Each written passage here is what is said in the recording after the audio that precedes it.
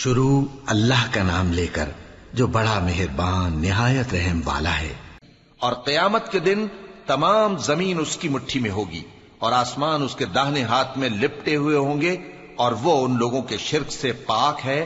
بلند و برتر ہے۔ اور جب سور پھونکا جائے گا تو جو لوگ آسمانوں میں ہیں اور جو زمین میں ہیں سب بے ہوش ہو کر گر پڑیں گے مگر وہ جس کو اللہ چاہے۔ پھر دوسری دفعہ سور پھونکا جائے گا تو فوراً سب کھڑے ہو کر دیکھنے لگیں گے، اور زمین اپنے پروردگار کے نور سے چمک اٹھے گی اور اعمال کی کتاب کھول کر رکھ دی جائے گی،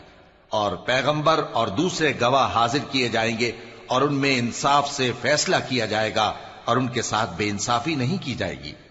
اور جس شخص نے جو عمل کیا ہوگا اس کو اس کا پورا پورا بدلہ مل جائے گا، اور جو کچھ یہ کرتے ہیں اس کو سب کی خبر ہے۔ اور کافر گروہ گروہ کر کے جہنم کی طرف ہانکے جائیں گے، یہاں تک کہ جب وہ اس کے پاس پہنچ جائیں گے تو اس کے دروازے کھول دیے جائیں گے، اور اس کے داروغہ ان سے کہیں گے کہ کیا تمہارے پاس تمہیں میں سے پیغمبر نہیں آئے تھے جو تم کو تمہارے پروردگار کی آیتیں پڑھ پڑھ کر سناتے اور تمہارے اس دن کے پیش آنے سے تمہیں ڈراتے تھے؟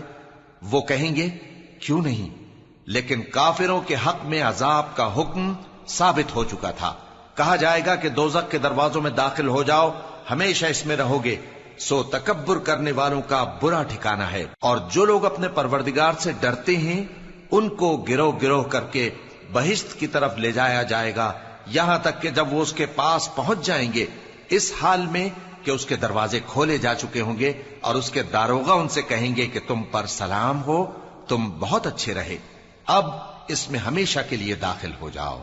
اور وہ کہیں گے کہ اللہ کا شکر ہے جس نے اپنے وعدے کو ہم سے سچا کر دیا اور ہم کو اس زمین کا وارث بنا دیا، ہم بہشت میں جہاں چاہیں رہیں، تو اچھے عمل کرنے والوں کا بدلہ بھی کیسا خوب ہے۔ اور تم فرشتوں کو دیکھو گے کہ عرش کے گرد گھیرا باندھے ہوئے ہیں اور اپنے پروردگار کی تعریف و تسبیح کر رہے ہیں، اور ان میں انصاف کے ساتھ فیصلہ کر دیا جائے گا، اور کہا جائے گا کہ ہر طرح کی تعریف اللہ ہی کے لیے ہے جو تمام جہانوں کا مالک ہے۔